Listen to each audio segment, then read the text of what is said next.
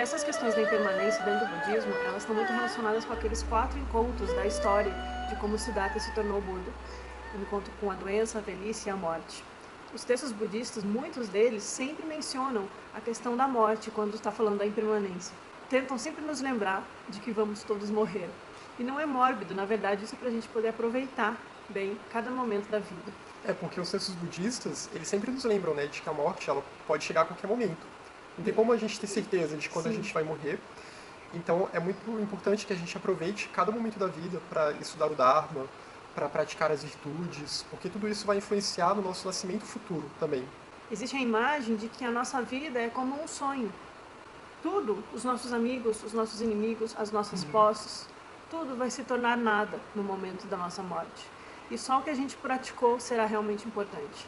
De certa forma é um processo solitário, né? Os textos falam muito isso, que a gente nasce sozinho e vai ter que passar por esse processo da morte até o renascimento sozinho também. Nós com o nosso próprio karma.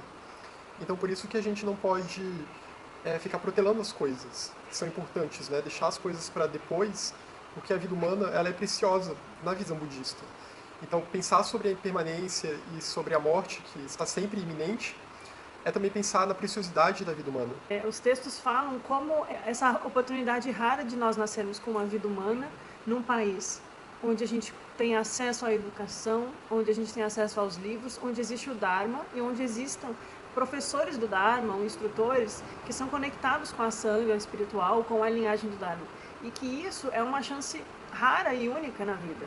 E se a gente não aproveita para praticar agora, talvez seja tarde demais, porque a gente não sabe quais são as condições dos nossos próximos nascimentos. Agora pode estar tendo muitas oportunidades, mas no futuro a gente pode não ter acesso à instrução, aos livros, à alfabetização, ao Dharma, a um instrutor. Até porque no budismo, a meta principal, né, como nós já falamos em outros vídeos, é a libertação do sofrimento. Então a gente tem que se esforçar para se libertar do sofrimento agora, né? O budismo não é um caminho masoquista, ou que vale dizer que a gente tem que aceitar o sofrimento nessa vida, porque na próxima vai ser melhor, porque, né, nós purgamos aquele karma ruim, então na próxima vai ser tudo bem. Não, se a gente não resolve o sofrimento agora, ele pode vir mais forte depois. Existe um texto do 7º Dalai Lama, chamado Meditações sobre os Caminhos da Impermanência, que fala que quando chegar o tempo de conduzir o carregamento da vida através dos portais da morte, não se pode levar parentes, amigos ou posses, que é o que a gente estava falando, né? A mente apegada às coisas é a mente de um animal. O 7º Dalai Lama nos instiga, abandona os apegos, abandona os objetos de desejo. Se a gente consegue manter a concepção da impermanência nas nossas mentes, percebendo que a própria natureza das coisas é se desintegrar, então no momento da morte a gente não vai se chocar e vai estar preparado para transicionar para um novo estado de consciência e ter uma próxima existência mais afortunada.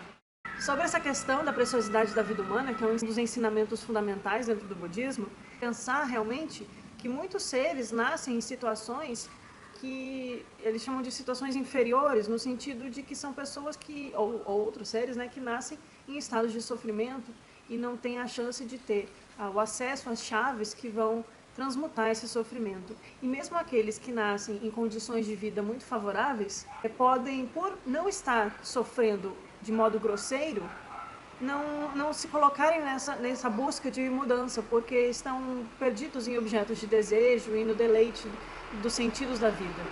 E por isso então que, né, o budismo enfatiza bastante a questão de que a vida humana, renascer numa vida humana, né, num corpo humano, com condições favoráveis, com tempo livre, com acesso ao Dharma, com tempo para poder estudar, praticar o Dharma, é muito importante que a gente aproveite essas condições favoráveis, porque são elas que vão possibilitar que a gente gere mérito, né, gere virtudes, melhore nossas ações de corpo, fala e mente, de modo que assim a gente consiga manter esse nascimento humano também em próximas vidas, né, e consiga continuar se conectando com o Dharma até alcançar um estado de libertação do samsara. E essa questão do tempo, né, Bruno? Se a gente para observar o tempo de vida que a gente tem, ele é muito curto. Porque a cada nascimento a gente tem que aprender a falar, aprender a andar, passar pela infância. E aí quando a mente começa a ficar apta a receber os ensinamentos que vão transformar esses estados de sofrimento, a gente tem um período curto até começar a degenerar os nossos neurônios e vir as doenças e a velhice e a morte. Então é aquela questão do aproveitar o agora mesmo. Autores como Shantideva, né, no texto Guia do Estilo de Vida do Bodhisattva, ele fala, a vida humana, ela passa como um relâmpago. É muito rápido. Exatamente porque, como a Laia falou, né, ninguém vai se iluminar na infância. Tem todo, né, um processo de desenvolvimento cognitivo. Vida após vida. Vida após vida. Então, a pessoa tem que passar pela infância, tem que passar pela adolescência. E aí quando chegar na vida adulta... E aí tem preocupações, tem as preocupações, né, da vida adulta. Com a família, com a sobrevivência. Então, o pouco tempo que a gente tem para praticar o Dharma, a gente devia colocar toda a nossa energia nessa prática.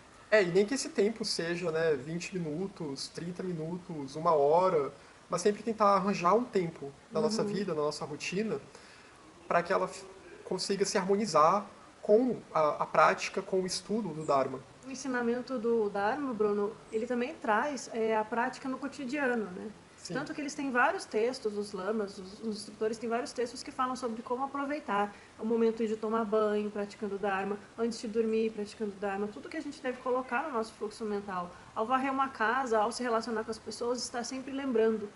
Inclusive uma prática da meditação, essa rememoração constante do Dharma para colocar em prática na vida, de modo integrativo. Por exemplo, ao acordar, né, pensar como que esse dia pode ser um dia proveitoso para o estudo do Dharma, para a observação da mente, para praticar as virtudes, para auxiliar outros seres. E só isso já vai colorindo o restante do seu dia. E a gente vai mantendo uma plena atenção na nossa vida. Né? E antes de dormir também, né, alguns textos falam, refletir sobre como foi o dia, o que pode ser melhorado no dia seguinte. Então também, porque muitas vezes se fala, né, que o budismo se foca muito no aqui e agora. Mas não é se focar no aqui e agora, não se importando com o futuro e nem com o passado. Muito pelo contrário, é aproveitar o aqui e agora para se transformar. Para se transformar no sentido de que o futuro, que, né, se tornará agora em algum momento, Sim. ele seja um futuro proveitoso. Porque é muito comum a gente postergar, né? A gente coloca para depois, assim. Quando eu terminar esse trabalho, quando eu conseguir um emprego, quando eu resolver tal coisa, aí eu vou praticar o Dharma. E isso não vai funcionar desse jeito. Porque como também muitos textos falam, né, as atividades do samsara, elas não têm fim. Elas são infinitas. São infinitas. Então não adianta a gente esperar. A gente pode chegar à nossa aposentadoria e mesmo assim... Se chegar. E mesmo assim vai ter outras atividades, né? Seja atividades com netos, ou algum tipo de socialização, ou problemas de saúde, que também vão tomar o nosso tempo. Então, a questão é realmente... identificar essa preciosidade. Identificar essa preciosidade e conseguir integrar o Dharma à nossa rotina. Não ver as duas coisas como separadas, né? A prática espiritual das obrigações mundanas, das obrigações da vida diária, dos compromissos da vida diária. E também, claro, né, dos momentos de distração, diversão que toda pessoa vai ter também. Sim.